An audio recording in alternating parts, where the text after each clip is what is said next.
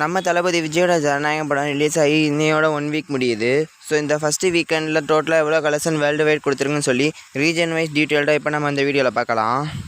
So டிஎனில் மட்டும் டோட்டலாக 106.90 க்ரோர்ஸும், ஆந்திர பிரதேஷ் தெலுங்கானா 13.39 க்ரோர்ஸும், கர்நாடகாவில் 28.09 க்ரோர்ஸும், கேரளாவில் 15.18 க்ரோர்ஸும், இதை தாண்டி ரெஸ்ட் ஆஃப் இந்தியாவில் 19.89 க்ரோர்ஸும், ஓவர்சீஸில் 83.06 க்ரோர்ஸும், வேர்ல்டு வைட் டோட்டலாக 266.51 க்ரோர்ஸ் கலெக்ஷன் கொடுத்துருக்கு.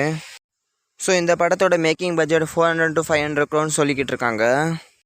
ஸோ அப்படி பார்த்தா இந்த படம் கண்டிப்பாக ஒரு மினிமம் 600 to 650 க்ரோர்ஸ் கலெக்ஷன் கொடுத்தா தான் இந்த படம் ஹிட்டு.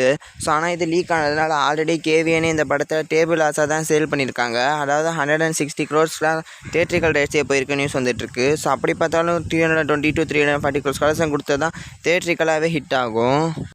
ஸோ இப்போதைக்கு இந்த படத்தை பொறுத்த வரைக்கும் ஆல்ரெடி கேவிஎனுக்கு டேபிளாகவே இது ஒரு லாஸ் மேக்கிங்கான ஒரு மூவி தான்.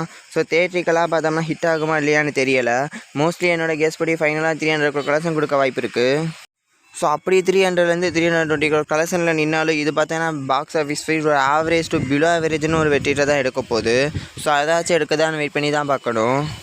ஸோ அதையும் தாண்டி பாக்ஸ் ஆஃபீஸ் சைடு வந்தோம்னா இது ஒரு லீக்கான மூவினால நம்ம பெருசாக எதுவுமே சொல்லலை. ஆனால் நான் ஆல்ரெடி சொல்லிட்டேன், இது ஒரு தளபதி படமாக பார்த்தோம்னா ரொம்ப ஒரு பிலோ ஆவரேஜான ஒரு பெர்ஃபார்மன்ஸ் தான் இது. ஆனால் இந்த கலெக்ஷன்லாம் பார்த்தோம்னா லியோ படம் ரிலீஸ் ஆன 3 டேஸ்லேயே தாண்டி போயிருச்சு.